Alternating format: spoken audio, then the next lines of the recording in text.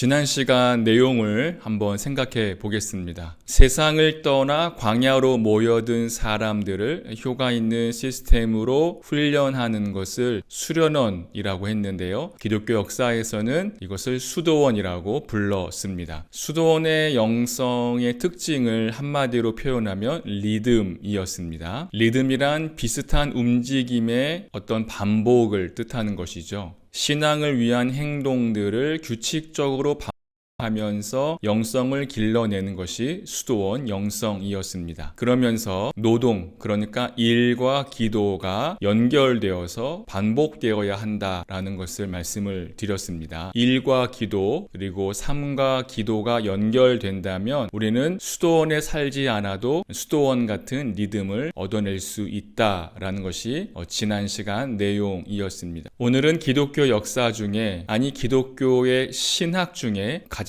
신비롭다고 여겨지는 내용을 다뤄보려고 합니다. 바로 성례전입니다. 성례전은 성찬과 세례를 합친 말이지만 보통 이 성례전은 성찬식을 생각하는 경우가 많지요. 그러면 성례전과 기독교 영성은 어떤 관련이 있을까요? 결론부터 말씀드리면 기독교 신앙은 본질적으로 성례전 신앙입니다. 거룩한 예배를 통해서 하나님의 은혜를 경험하는 것이죠. 오늘은 성례전을 통해 나타난 기독교 영성은 무엇인지 함께 살펴보면서 여러분 각자에게 영성의 깊은 이해와 또 확장이 있기를 바랍니다. 유럽의 오래된 교회 또는 성당들을 방문하면 만날 수 있는, 볼 수 있는 것이 바로 고딕 양식이죠. 프랑스에는 500개가 넘는 고딕 교회가 있습니다. 10,000명도 채 살지 않는 잉글랜드의 링컨이라는 마을에도 15개의 고딕 교회가 있습니다. 고딕이라고 하면 보통 뾰족한 첨탑과 그리고 높은 그런 십자가를 연상합니다. 왜 그렇게 하늘 높이 세웠을까요? 고딕의 목적은 천국을 이미지화한 것이기 때문입니다. 그러면 천국을 어떻게 표현할 수 있을까요? 두 가지입니다. 기하학적 설계와 빛입니다. 기하학이라는 것은 여러분 명품 가방을 보면 쉽게 볼 수 있는 디자인입니다. 어떤 무늬가 반복되면서 독특한 패턴 또는 이미지가 만들어지는 것이죠. 이것은 어떤 무늬를 단순히 반복하는 것이 아니고요. 수학적 계산이 들어가 있습니다. 여러분 피보나치라는 말 들어보셨나요? 이 피보나치는 일종의 수학적 계산인데 이 피보나치만 설명해도 몇 시간을 제가 설명을 해야 되기 때문에 여러분들이 유튜브나 또 인터넷을 검색하셔서 한번 찾아보시는 것을 추천드립니다. 건축을 비롯해서 생물학, 물리학, 의학, 디자인, 심리, 심지어는 주식에도 이 피보나치가 적용이 되죠. 주가의 오르고 내림도 이 피보나치에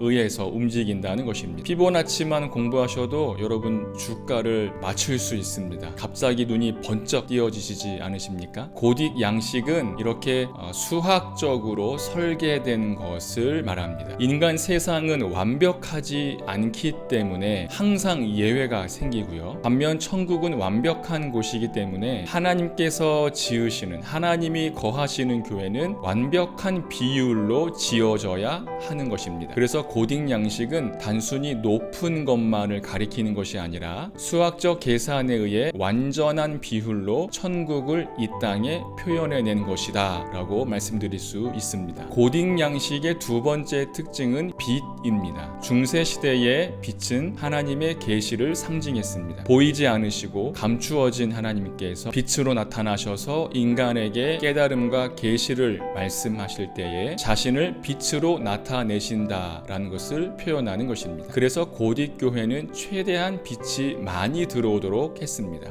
그런데 여기서 문제가 발생하죠. 천장으로부터 빛이 들어오기 위해서는 유리를 이용해야 하는데 이 유리가 높은 탑과 지붕을 떠받치는 것은 그 당시 기법으로는 굉장히 어려운 숙제였습니다. 그래서 교회는 버팀돌이, 내력기둥, 지골국융, 첨두 아치와 같은 건축 기술을 개발해서 거대한 스테인드 글라스를 창으로 채웠습니다. 이렇게 동굴 같은 성당은 빛을 통해 제단과 예배자들을 비추었고 마치 하나님께서 임재 존재하신 듯한 그런 은혜를 표현할 수 있었던 것이죠. 자, 여기서 오늘 강의의 핵심 주제가 나타납니다. 수도원에서는 어떻게 하면 영적인 리듬을 만들어서 그리스도를 닮을 수 있을까 고민했다면, 중세의 도시 교회에서는 어떻게 하면 보이지 않으시는 하나님의 은혜를 눈으로 볼 수 있을까를 고민했습니다. 은혜는 보이지 않죠. 그런데 사람들은 은혜를 눈으로 보고 싶어 했습니다.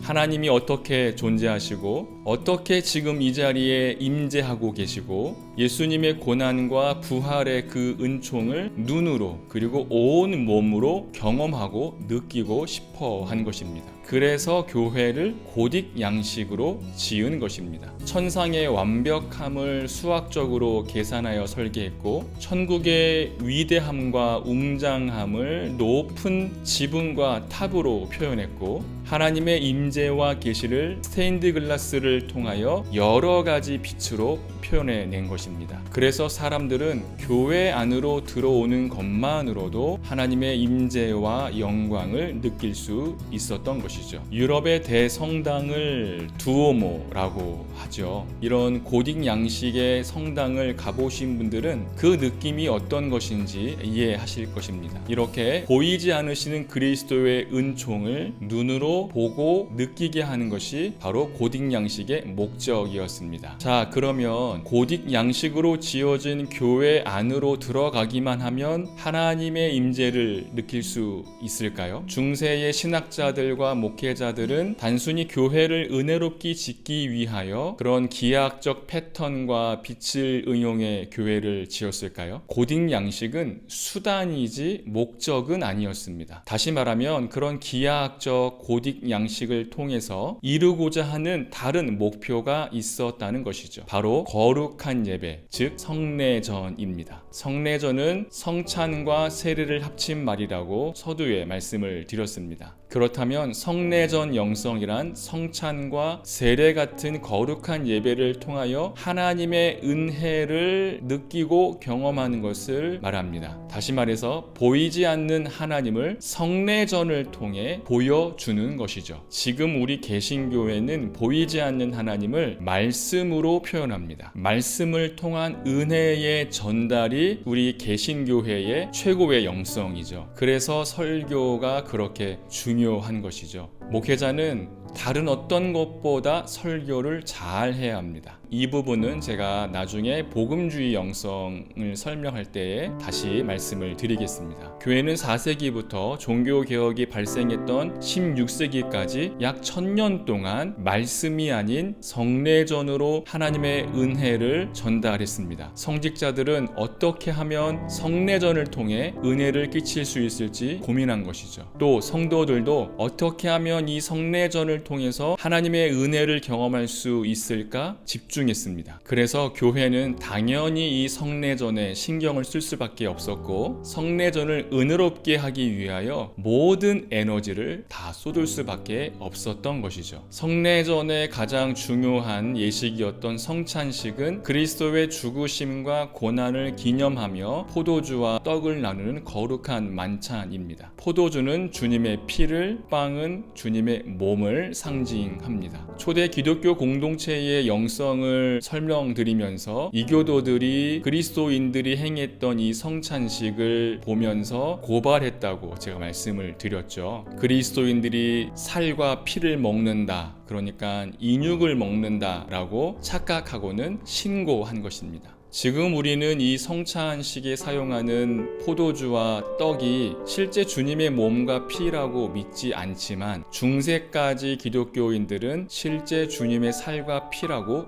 믿었습니다. 그래서 성찬식 때 포도주와 빵을 먹는 것은 실제 주님의 피와 살을 먹는 것이라고 믿은 것이죠. 그런데 구약 성경에 보면 피채 먹지 말라라는 말씀이 있었기 때문에 성도들은 포도주를 마시지 못했고 오직 성직자들만 포도주를 마실 수 있었습니다. 성도들은 빵만 먹은 것이죠. 성찬식이 얼마나 거룩하고 위험 있는 예식이었냐면 성찬 주일 때마다 성직자들이 성체 그릇을 들고 행렬을 나갑니다. 그러면 그 도시의 시장을 비롯해 고위공직자들 그리고 사업가들이 이 성직자의 뒤를 따라 행렬을 함께 했습니다. 그러면은 사람들은 자신의 집 또는 가게를 이 성찬에 맞게 장식했고 이 성찬 행렬이 지나갈 때에 땅바닥에 몸을 엎드려 함께 동참했습니다. 지금은 상상할 수 없는 일이지만 그 당시만 해도 이 성찬 예식은 너무나 엄숙하고 또 경건한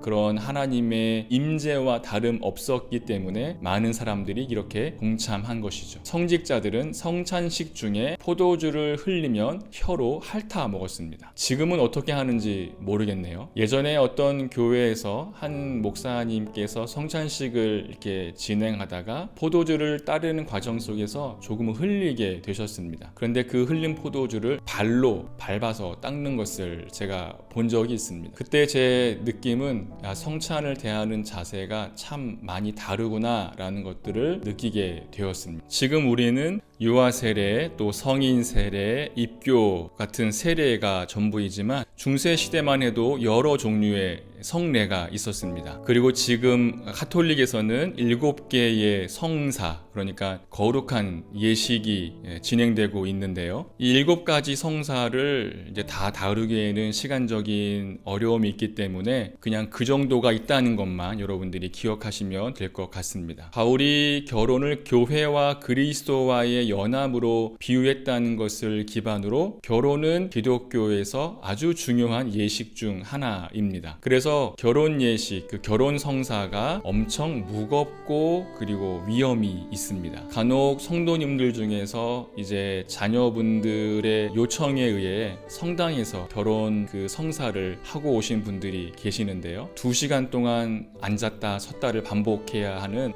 아주 곤욕스러운 시간이었다라고 말씀하시는 분들이 대부분이었습니다. 우리가 부정적으로 보는 고해 성사도 이 거룩한 성례에 포함이 되고 있습니다. 유아 세례 그리고 입교를 같은 이런 성인 세례를 받은 이후에 지은 죄를 해결할 수 있는 일종의 회개 예식인 것이죠. 하지만 실제로 그렇게 고해한다고 해서 죄가 용서받고 사해지는 것에 대해서는 여전히 문제가 되고 있습니다. 이것 외에도 목사 안수식과 같은 그런 서품 성사가 있고요. 병자를 위로해주고 치료를 바라는 그런 병자 성사도 있습니다. 지금 우리는 거행하지 않거나 그냥 가볍게 여기는 그런 예식이지만 중세까지만 해도 이런 예식은 굉장히 중요한 성례였다라는 것을 여러분이 기억하시면 좋겠습니다.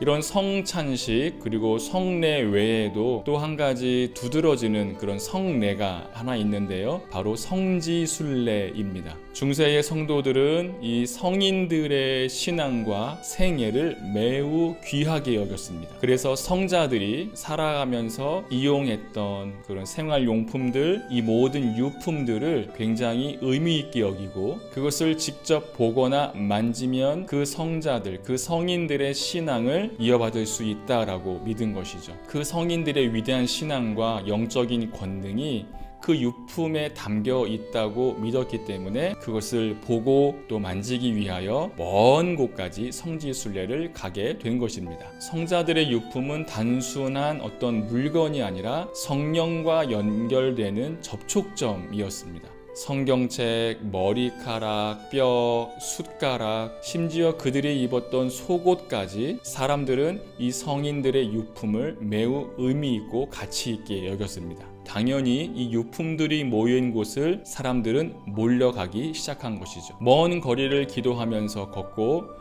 또 자신이 세상에서 지었던 죄들을 회개하면서 이 성지 순례를 가는 길은 매우 은혜로웠던 것이죠. 이 성인들의 유품을 보는 순간 눈물을 쏟고 하나님의 은혜를 느끼게 되는 것입니다. 물론 유품을 보고 만진다고 해서 그들의 권능이 우리에게 전달된다는 것은 조금 미신적입니다. 하지만 그 성인들의 신앙을 본받고 기념하는 것은 매우 유익한 일입니다. 그래서 지금도 이 가톨릭이나 개신교에서 성지순례가 유행하고 있는 것이죠. 국내든 해외든 이런 성지 또 기독교 역사지를 방문하시면 좋겠습니다. 아마 교회에서 경험하지 못하는 그런 영적인 흥분과 도전을 느끼실 수 있을 것입니다. 자, 이렇게 고딕 양식 그리고 성례전, 성지순례는 결국 한 가지를 지향하고 있습니다. 바로 보이지 않는 하나님을 물질로 표현해내는 것이죠. 고딕교회는 천국을 건축과 빛으로 표현했고,